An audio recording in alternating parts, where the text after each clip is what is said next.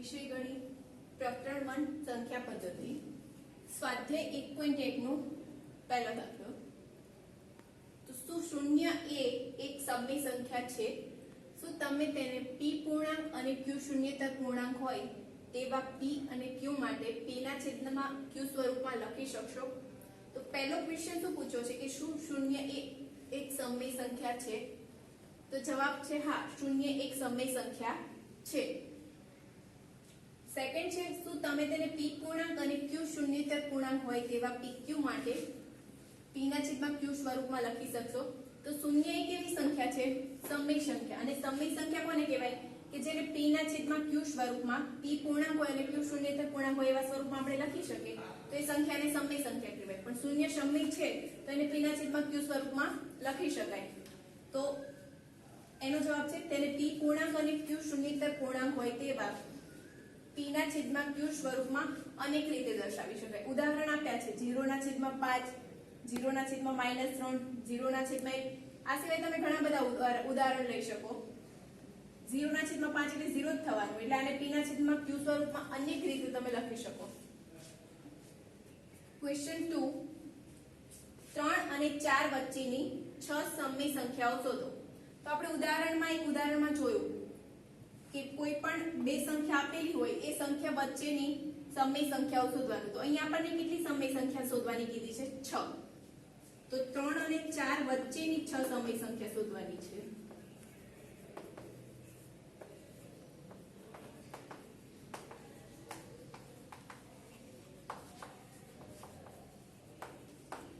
સમય સંખ્યા શોધવાની છે તો 3 અને 4 વચ્ચેની 6 સમય સંખ્યા શોધવા માટે 6 + 1 બરાબર 7 વડે બંને સંખ્યાને ગુણતા અને ભાગતા।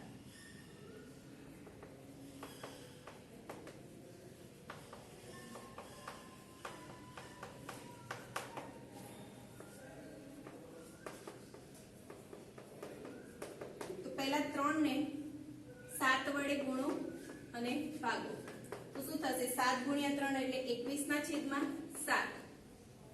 4 ને 7 વડે ગુણો અને ભાગો તો 4 × 7 ભાગ્યા 7 એટલે 7 × 28/7। તો હવે 3 અને 4 વચ્ચેની સમય સંખ્યા એટલે 21/7 અને 28/7 વચ્ચેની સમય સંખ્યા।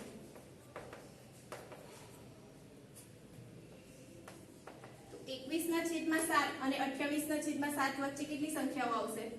તો 22/7, 23/7, 24/7, 25/7, 26/7 અને 27/7।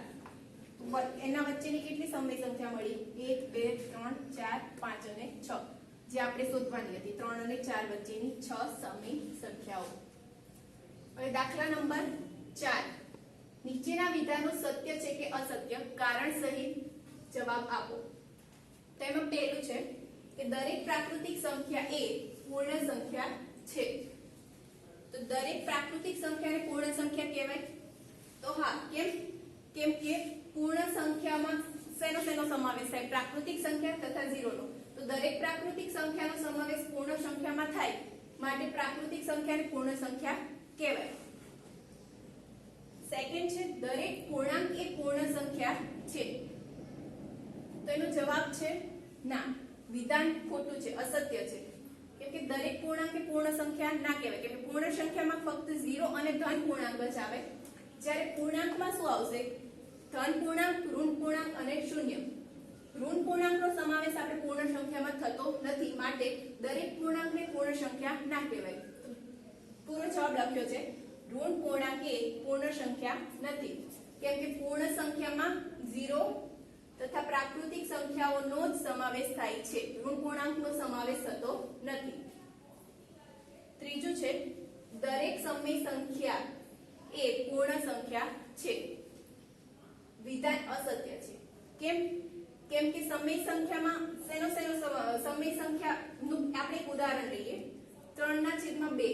3/2 સમય સંખ્યા છે પરંતુ પૂર્ણ સંખ્યા નથી, કેમ કે પૂર્ણ સંખ્યામાં p ના છેદમાં q સ્વરૂપમાં હોય તેવી સંખ્યા ના હોય 3/2 સમય છે પૂર્ણ સંખ્યા નથી પૂર્ણાંક ના આવે તો પૂર્ણ નંબર 3 3/5 અને 4/5 વચ્ચેની 5 સમય સંખ્યાઓ શોધો તો આપણે 3/5 અને 4/5 વચ્ચેની કેટલી 5 સમય સંખ્યા શોધવાની છે તો 5 સમય સંખ્યા શોધવી હોય તો 5 + 1 = 6 વડે બંને સંખ્યાને ગુણીએ અને ભાગીએ તો પહેલી સંખ્યા છે 3/5 એને 6 વડે ગુણીએ અને ભાગીએ તો 6 × 3 18 છેદમાં 5 × 6 × 5 એટલે 30 અને બીજી સંખ્યા છે 4/5 તો 4/5 ને 6 વડે ગુણીએ અને ભાગીએ તો 6 × 4 24 6 × 5 30 તો આ બંને વચ્ચેની સમય સંખ્યા એટલે 19/30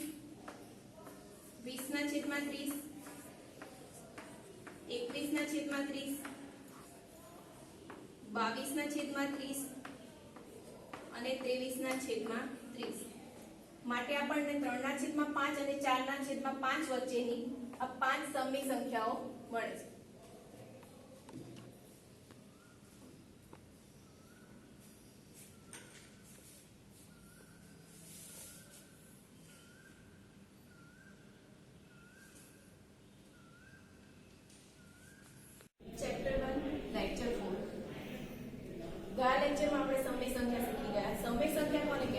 કે જે સંખ્યાને આપણે p ના છેદમાં q સ્વરૂપમાં દર્શાવી શકીએ ને સમય સંખ્યા કહેવાય હવે જોઈએ અસમય સંખ્યા અસમય સંખ્યા કોને કહેવાય જે સમય ના હોય એને અસમય કહેવાય વ્યાખ્યા આપેલી છે જો સંખ્યા s ને p પૂર્ણાંક અને q શૂન્યેતર પૂર્ણાંક હોય તેવા p અને q માટે p ના છેદમાં q સ્વરૂપમાં ના મૂકી શકાય તો તેવી સંખ્યા s ને અસમય સંખ્યા કહે છે સમય એટલે આપણે p ના છેદમાં q સ્વરૂપમાં મૂકી શકીએ તેને અસમય કોને કહેવાય p ના છેદમાં q સ્વરૂપમાં ના મૂકી શકાય એવી સંખ્યાને અસમય સંખ્યા કહેવાય અસમય સંખ્યાના ઉદાહરણ છે √2 √3 √5 બીજું એક ઉદાહરણ છે 0.10 100 100 100 અપ ટુ ઇન્ફાઇનાઇટ અને પાઈ પણ અસમય સંખ્યાનું જ એક ઉદાહરણ છે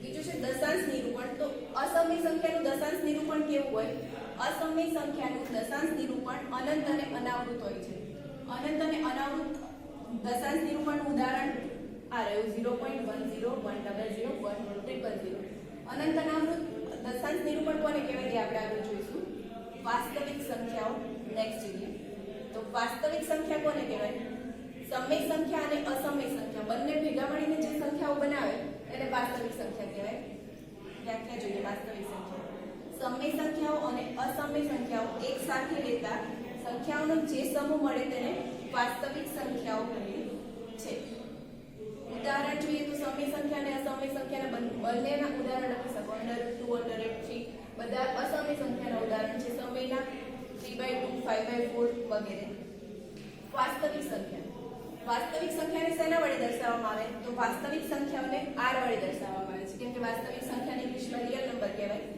એના પરથી r વડે દર્શાવવામાં આવે છે દરેક વાસ્તવિક સંખ્યાને સંખ્યા રેખા પર પણ દર્શાવી શકાય આપણે √3/4 √5/2 વગેરે સંખ્યા જે સમય સંખ્યા છે એને કેવી રીતે સંખ્યા રેખા પર દર્શાવાય એ તો આપણને ખબર છે પણ અસમય સંખ્યા જેમ કે √2 √3 √5 એને સંખ્યા રેખા પર કઈ રીતે દર્શાવાય તો એના માટે પાયથાગોરસ પ્રમેયનો ઉપયોગ કરી આપણે જોઈએ કે કઈ રીતે એને સંખ્યા રેખા પર દર્શાવી શકાય તો પહેલા જોઈએ પાયથાગોરસનું પ્રમેય તો પાયથાગોરસનું પ્રમેય હંમેશા કાટકોણ ત્રિકોણ માટે વપરાય છે અહીંયા ત્રિકોણ આપણે ABC લીધો છે જેમાં ખૂણો A કાટખૂણો છે ખૂણા A ની સામેની બાજુ એટલે કે બાજુ BC સામેની બાજુ કાટખૂણાની સામેની બાજુ શું કહેવાય કર્ણ તો કાટકોણ ત્રિકોણ ABC માં જો ખૂણો A કાટખૂણો હોય તો કર્ણ એટલે BC નો વર્ગ એ બાકીની બે બાજુના વર્ગના સરવાળા બરાબર થશે સૂત્ર છે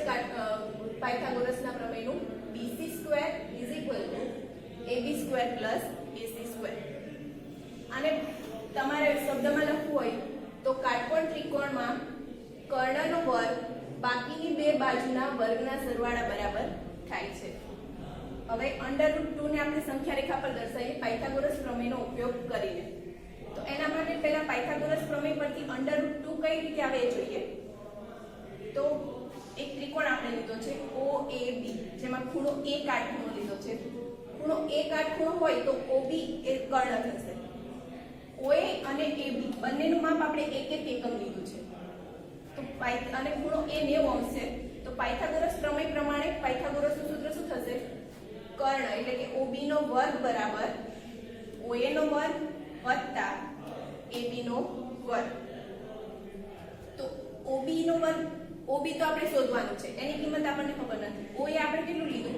1 એકમ પ્લસ AB નું માપ કેટલું લીધું? 1 એકમ. તો OA એટલે 1 નો વર્ગ પ્લસ AB એટલે 1 નો વર્ગ. 1 નો વર્ગ 1 પ્લસ 1 નો વર્ગ 1. 1 વત્તા 1 2. પણ આ જે 2 છે OB નો વર્ગ આવે છે. આપણે કિંમત OB ની જોઈ છે, બાજુની OB નો વર્ગ નહીં. તો OB મેળવવા માટે OB સ્ક્વેર નું સ્ક્વેર રૂટ કાઢીએ તો OB બરાબર √2. હવે એને સંખ્યા રેખા પર કેમ દર્શાવાય? તો અહીંયા જોયું આપણે OA અને AB બંનેનું માપ 1 એકમ લીધું છે. તો સૌથી પહેલા સંખ્યા રેખા પર આ 0 1 2 3 3 બાજુ, આ સાઈડ છે 0 -1 -2 -3. 0 થી 1 1 એકમનું જ અંતર લેવાનું છે બધી બાજુ. 0 થી 1 1 એકમ, 1 થી 2 1 એકમ, આ સાઈડ 0 થી -1 1 એકમ, -1 થી -2 1 એકમ. તમે સ્કેલ થી દોરતા હોય તો 1 સેન્ટીમીટર, 1 એકમ એટલે સેન્ટીમીટરનું માપ લેવાનું. 0 થી 1 એને એક્ઝેક્ટ લંબ બીજું એક AB રેખા દોરો એટલે ખૂણો A કાટખૂણો થશે. આ 1 એકમ છે, OA 1 એકમ, AB 1 એકમ. હવે પાયથાગોરસ પ્રમેય પ્રમાણે જોઈએ તો OA નું માપ 1 એકમ, AB નું માપ 1 એકમ. એટલે OB કેટલો થશે? √2. આ જે OB મળે છે એ √2. હવે એને સંખ્યા રેખા પર દર્શાવવું છે. તો સંખ્યા રેખા પર દર્શાવવા માટે પરિકરની મદદથી OB જેટલું માપ લો. O ને કેન્દ્ર રાખો અને OB જેટલું માપ લઈ ચાપ દોરી દો. અહીંયા જે આવશે √2 આવશે સંખ્યા રેખા પર. 0 થી √2 સુધી આ સંખ્યા રેખા પર √2 આ રીતે દર્શાવશે.